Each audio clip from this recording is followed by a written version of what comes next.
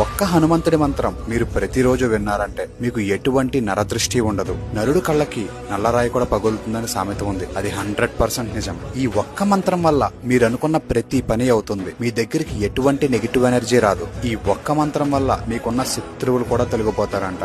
మంత్రం చెప్తున్నాను, జాగ్రత్తగా వినండి.